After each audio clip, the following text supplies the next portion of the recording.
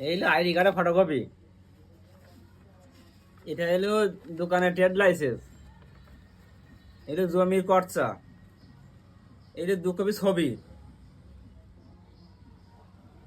এরপরে আবারটা বলতেছে যে জমির খাজনা রহিত লাগবে, যে মিটারে আবেদন করতে হবে। তাহলে এই এইসব কিছু কোনো কিছু লাগবে না, শুধুমাত্র আমার এই আইডি কার্ড আর এই 2 কপি ছবি হলে আমার মিটারে আবেদন করা যাবে। সেটা কিভাবে?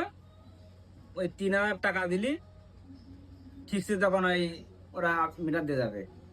আর টাকা না দিলি এইসব সব কিছু লাগবে। এখন আমি এই যে আইনটা করেছে, এই জমি আবার এই খাজনা রহিত লাগবে, আমার তো মনে হয় এটা এখন না। কারণ একটা মিটার নিতে গেলে যদি এত টাকা কাগজপাতি যদি লাগে, তাহলে অন্য জায়গায় কিরকম লাগবে? দেখলে আয় করার দামটা কেউ দিতেও পারবে না, হাত করে হয়তো 2-1 জন দেবে। অনেক মানুষ তো করতেছে দেখলাম, শুধু এই 3,000 টাকা দিলি সব কমপ্লিট। এত পরিমাণ দুর্নীতি এই বিদ্যুৎ অফিসে। সেদিনকে 27 ঘন্টা পরে লাইন এসলো আমি এই এলাকায়, 27 ঘন্টা পরে ওরা ইচ্ছে মতন ইউনিট বাড়ায়, ওকে ইচ্ছা মতন মিনিমাম চার্জ বাড়ায়, সবকিছু ওকে ইচ্ছা মতন।